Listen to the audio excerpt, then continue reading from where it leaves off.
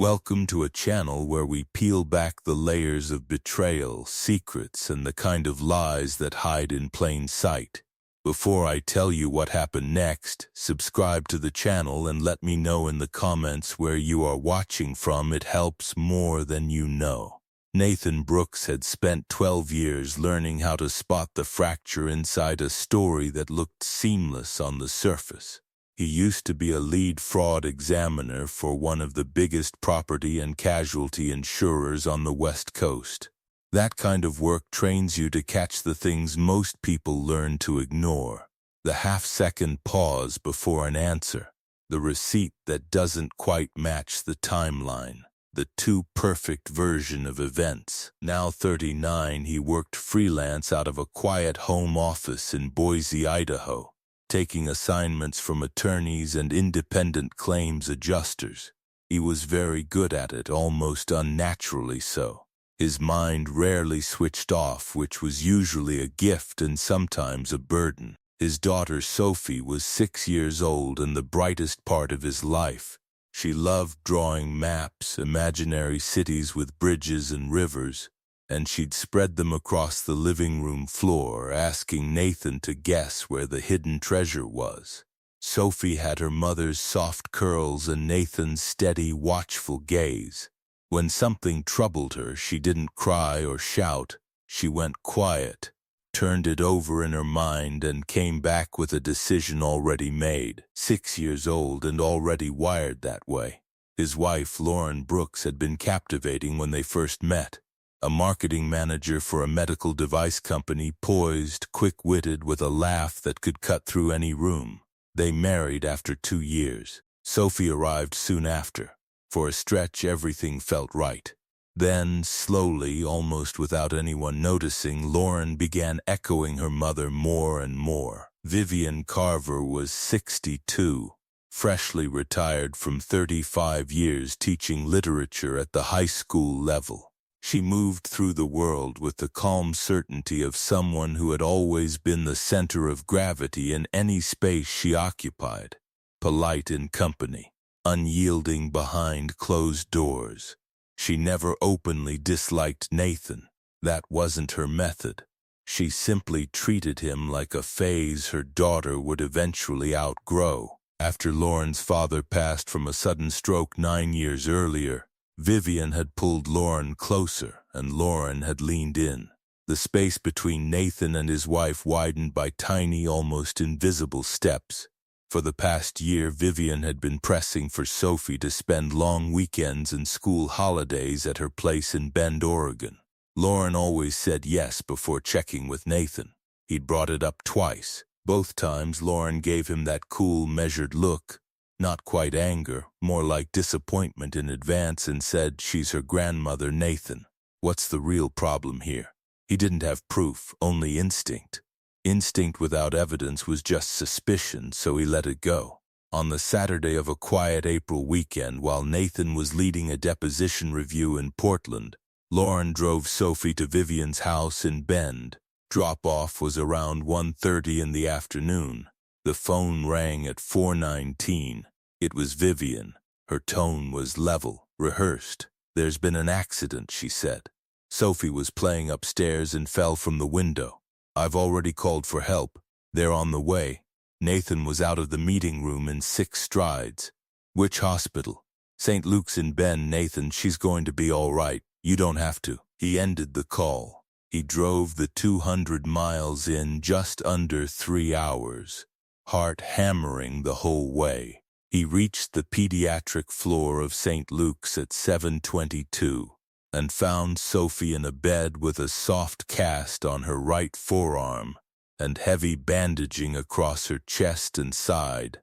Her face was pale as paper. A nurse explained they were waiting for the orthopedic consult. Sophie had received medication for pain and was sleeping. Nathan sat beside her, holding her small hand. Vivian sat in the far corner, coat folded neatly over her knees, looking like someone waiting for a delayed flight. Lauren arrived just before 8. Her first words, before she even reached the bed, were, "Mom is beside herself. You know how much she adores Sophie." Nathan looked at his wife. I haven't said a word yet. You have that look. She sat on the other side of the bed. Our daughter fell out a second-story window. Vivian left around 9:30, murmuring all the appropriate phrases in perfect order. Sophie stirred just after 10. Her eyes opened slowly and locked on her father first, the way they always did. "Hey, sweetheart," Nathan whispered, leaning close. "You're safe now." Sophie glanced past Lauren, past the dim room, tugged Nathan down with her good hand until his ear was near her lips. Her voice was the thinnest thread of sound. "Nana's friend pushed me," she breathed, "because I saw something I wasn't supposed to see." Then her eyes fluttered shut and she drifted off again. Nathan sat up very straight. He stared at the wall for 4 long seconds. Then he stepped into the hallway, pulled out his phone and dialed Marcus Hale, his old partner from the insurance days, the best digger he'd ever known. Marcus answered on the first ring. "I need everything you can get on a man named Victor Lang," Nathan said quietly. "Connected to Vivian Carver, Bend, Oregon. Everything, records, financials, relationships. Tonight if possible. I'll explain tomorrow. You okay?" "I'll explain tomorrow." He went back inside, sat beside Sophie, watched her breathe, and kept his face perfectly still. But inside, the first crack had appeared in the story everyone else was telling, and what came next would break it wide open. Nathan didn't sleep that night. He stayed in the chair beside Sophie's bed until the nurses gently insisted he step out for a moment so they could change her IV. In the fluorescent-lit hallway of St. Luke's, he leaned against the wall and let the pieces settle in his mind the way he always did with a claim file. One fact at a time, no assumptions, no emotion until the pattern showed itself. Sophie's whisper kept replaying. "Nana's friend pushed me because I saw something I wasn't supposed to see." At 6 years old, she didn't make up stories for attention. She stated facts the way she stated that the shortest route on her map was the one with the fewest bridges. Nathan knew better than to dismiss it. By 6 in the morning, he was back at her side when the orthopedic surgeon arrived. Dr. Elena Ruiz was in her early 50s, precise and unhurried. She clipped 3 films to the lightbox without preamble. The fresh injuries are consistent with a fall from height, fractured forearm, 3 cracked ribs on the right side. Bruising suggests she landed mostly on that flank. She pointed to the 2nd and 3rd films. "These older ones concern me more. Hairline fracture to the left collarbone, partially healed scaphoid in the wrist. These are at least 9 to 11 months old. No medical records from you or your wife mention them." Nathan felt the air leave the room. "None." Dr. Ruiz met his eyes. "In pediatric cases, when we see a pattern of unexplained injuries across time, protocol requires us to notify Child Protective Services and law enforcement. I've already made the call. A detective will be here soon." Nathan nodded once. "Thank you." Lauren arrived at 7:45 carrying coffee she didn't offer him. She looked like she hadn't slept either, but her first sentence was defensive. "Mom called me 3 times last night. She's a wreck. She keeps saying it was an open window and Sophie was just being curious." Nathan kept his voice even. "Sophie told me someone pushed her." Lauren's jaw tightened. "She was drugged, Nathan. Kids say all kinds of things when they're coming out of sedation," she was clear. "And there are old fractures nobody reported." Lauren stared at him. "You're doing it again. Turning an accident into some conspiracy because you've never trusted my mother." "I trust evidence," he said. "And right now the evidence isn't adding up." Detective Laura Simmons arrived just after 9. Mid-40s, short dark hair, the calm of someone who had seen too many hospital rooms. She took Nathan's statement first in a small consultation room down the hall, then Lauren's, then Vivian's over the phone because Vivian had returned home to rest. Simmons listened without interrupting, jotting notes in a small leather book. When she finished, she looked at Nathan. "You mentioned a possible third party. Anyone specific?" "Not yet," Nathan said. But I'm working on it. Simmons raised an eyebrow. You're a fraud investigator, right? Former. Now freelance. She nodded slowly. Then you know how this works. We start with the scene, the medicals, the statements. If something doesn't line up, we dig deeper. Nathan gave her Marcus's contact information in case she needed background fast. Simmons left to coordinate with the Bend police for a welfare check at Vivian's house. Back in the room, Lauren was sitting with Sophie, who was awake now but groggy. Sophie reached for Nathan the moment he walked in. He sat on the edge of the bed and let her lean against him. "Did you tell the detective what you told me?" he asked gently. Sophie nodded, small and certain. "The man with Nana. He was mad I saw them kissing. Then he got really mad and pushed me." Nathan's pulse spiked, but he kept his face neutral. "Okay, sweetheart. That's important. You did good telling the truth." Lauren stood up abruptly. "I need air." She left without another word. Nathan stayed with Sophie until she dozed off again. Then he opened his laptop in the corner and logged into the insurance databases he still had access to through old contracts. It took 23 minutes to find the policy.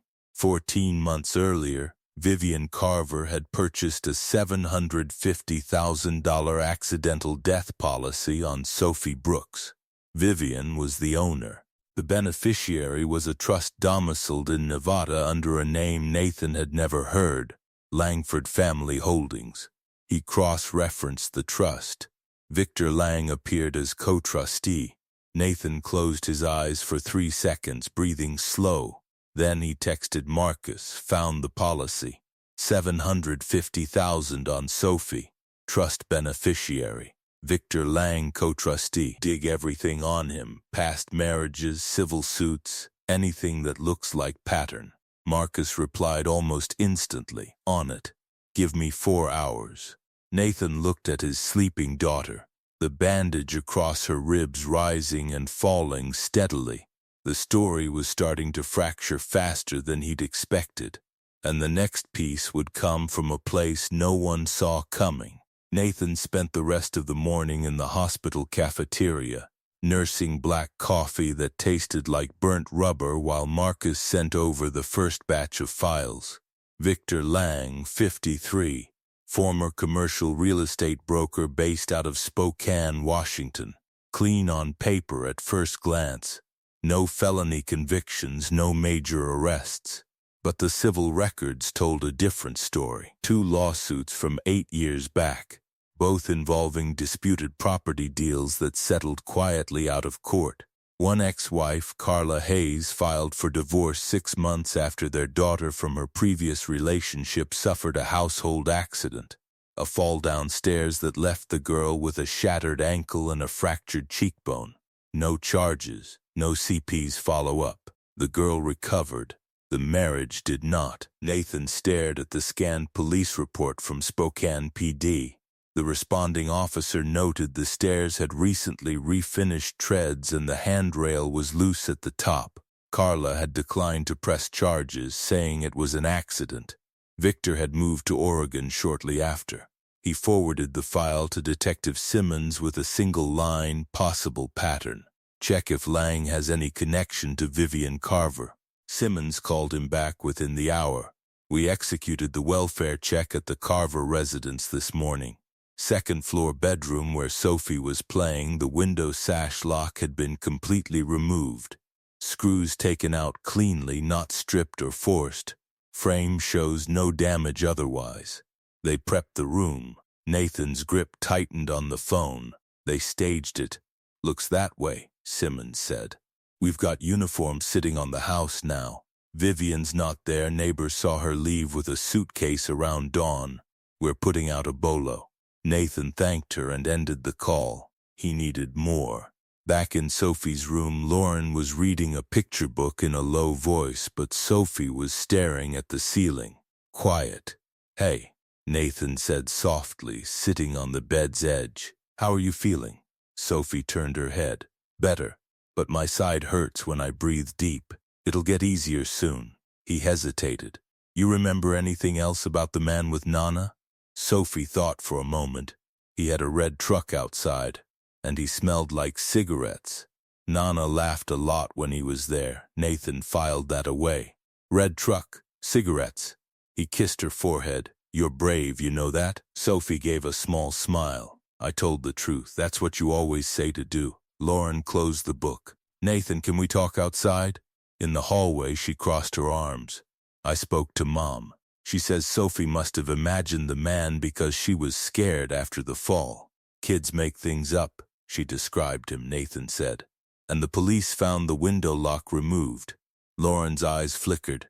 Maybe it was loose. Old house. The screws were taken out.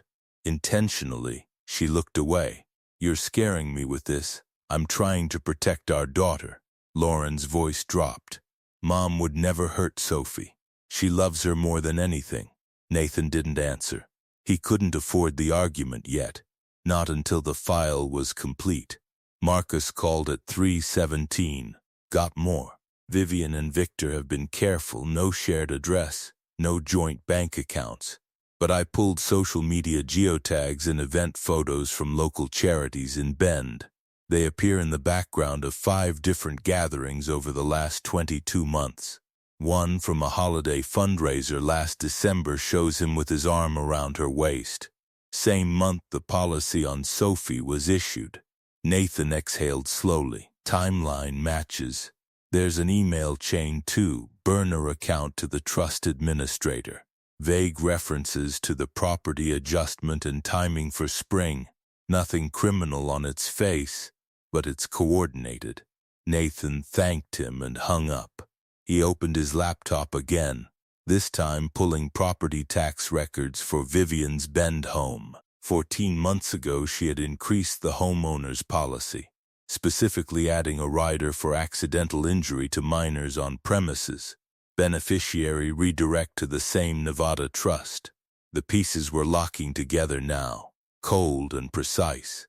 By evening, Detective Simmons returned with a search warrant for Vivian's house. They found nothing dramatic at first until the forensics team checked the trash bin in the garage. A discarded receipt for window hardware from a local store, dated 3 days before Sophie's fall, paid in cash. But the clerk remembered the man, tall, silver hair, asked specifically for sash locks that could be removed without tools. Nathan sat with Sophie that night as she drifted off. Lauren had gone to her mother's to check on things. He didn't stop her. When Sophie was asleep, he stepped into the hall and dialed Simmons again. We're bringing Vivian in for questioning tomorrow, Simmons said. And we're looking for Victor Lang. His last known address in Redmond is empty, but his truck matches the description Sophie gave. Red Ford pickup. Nathan looked through the window at his daughter sleeping. The lie was crumbling faster than anyone had planned, and the people behind it were starting to run.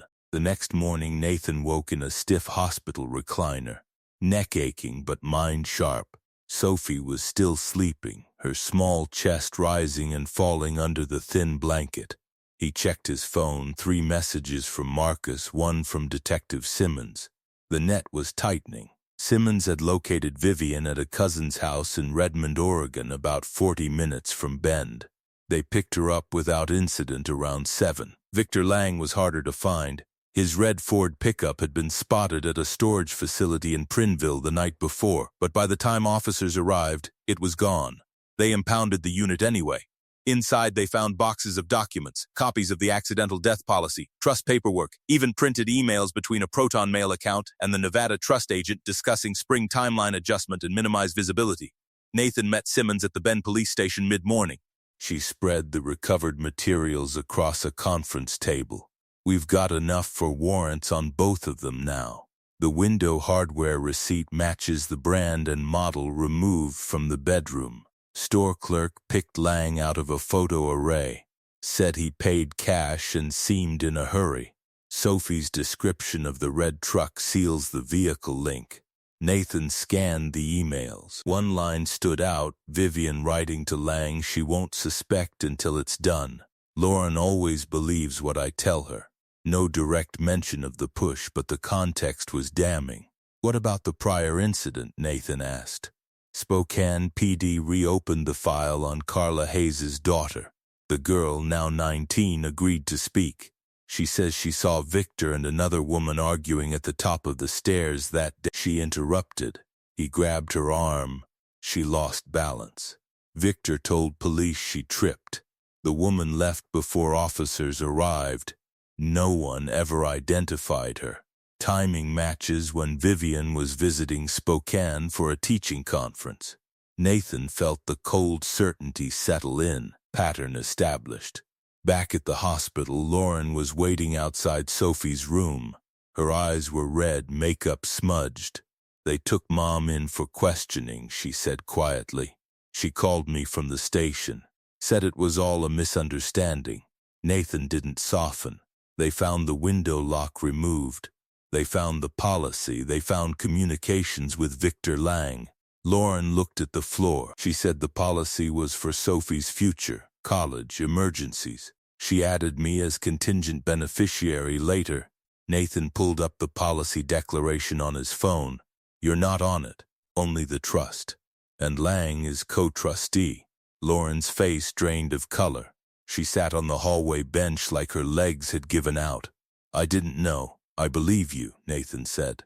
But you kept pushing Sophie to go there. Every time I raised a concern, you shut it down.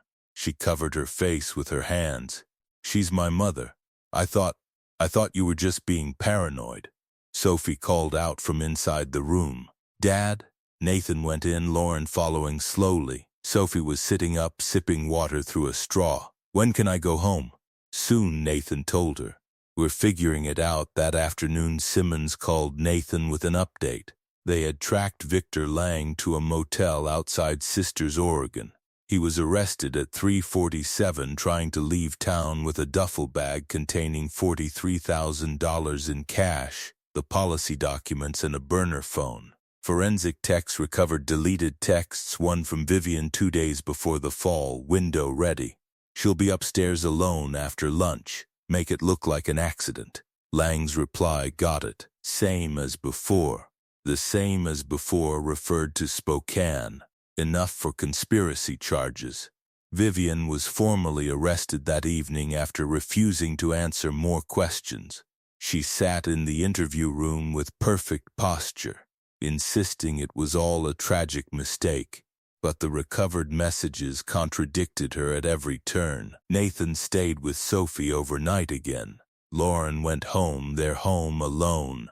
She texted him once, I'm sorry, I need time to process. He didn't reply. By dawn the next day, the district attorney had reviewed the file. They offered Victor a plea, 25 years, no parole eligibility for the first 18 in exchange for full cooperation against Vivian. He took it within hours. Vivian held out longer, but when the handwriting analysis came back on an old insurance upgrade form from her late husband's policy, forged signature confirmed, she folded. Guilty plea to conspiracy to commit murder in the first degree, child endangerment, insurance fraud. 18 years, parole possible at 78. Nathan watched the courtroom proceedings from the back row, expression blank. When Vivian glanced his way as she was let out, he met her eyes without blinking. No words needed. The story was over. But the healing was just beginning. The courtroom in Deschutes County was small and quiet on the day Vivian Carver entered her plea. Nathan sat in the last row, arms folded, watching as the judge read the charges. Conspiracy to commit first-degree murder, first-degree child endangerment, multiple counts of insurance fraud, and forgery related to her late husband's policy upgrade 9 years earlier. The handwriting expert's report had sealed that last one, the signature on the form increasing the payout from $450,000 to $900,000 did not match any verified samples of her husband's writing. Vivian had arranged that too, years before Sophie was even born, collecting the full amount after his stroke. Vivian stood at the podium in a simple gray suit, voice steady as she acknowledged the plea agreement. No trial, 18 years in state prison with parole eligibility at age 80. The judge accepted it without comment, noting the premeditation, the victim's age, and the pattern of behavior. Vivian did not look at Nathan as deputies led her away. He did not look away from her. Victor Lang had already been sentenced the week before. 25 years, first parole review after 18. His cooperation, detailing how Vivian approached him 3 years earlier with the idea of securing their future through the trust, had spared him a longer term. The judge had not been swayed by the defense's claim of financial desperation and emotional manipulation.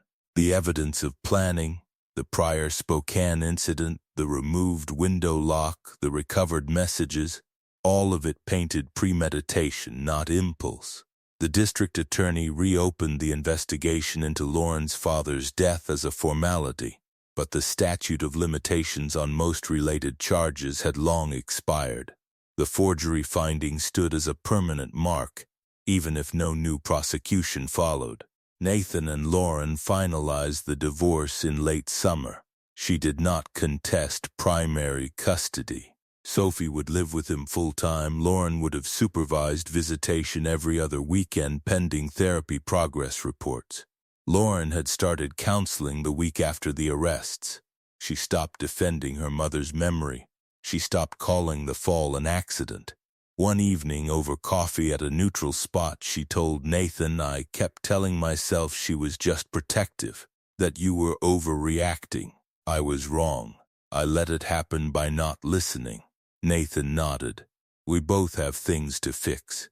For Sophie's sake. Sophie adjusted quickly. She stayed with Nathan's sister in Portland for a few weeks while he found a new place. A modest 3-bedroom house in northwest Boise with a big backyard and a short commute to his office. No more quiet home office in the old neighborhood. He needed light, space, distance from the memories. Sophie started at a new elementary school in the fall. She packed her own lunch on the first day, apple slices, cheese crackers, the same purple juice box she'd asked for since she was 4. She stood by the door in her new backpack, hair in 2 neat braids, looking ready. "Nervous?" Nathan asked, crouching to her level. "A little," she admitted. "But I think it'll be okay." He adjusted her collar. "You know none of what happened was your fault, right?" "I know. I told the truth, and the bad people went to jail." "That's exactly right." She hugged him quick, then headed out the door, backpack bouncing with each step. Nathan watched her disappear down the sidewalk with the crossing guard, then went back inside. The house was quiet, sunlight coming through the kitchen window. On the counter sat his laptop, a new case waiting. This one a disputed will from a Boise law firm, mismatched signatures, conflicting beneficiary claims. The work that had always grounded him.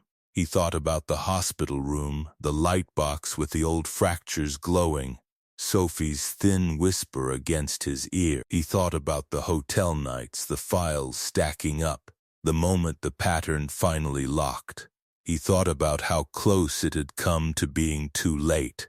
He picked up his keys, locked the door, and walked out into the morning after his daughter. The story was finished. The truth had won. And if you've been listening this far, subscribe to the channel and let me know in the comments what time it is where you're watching from. It helps more than you know.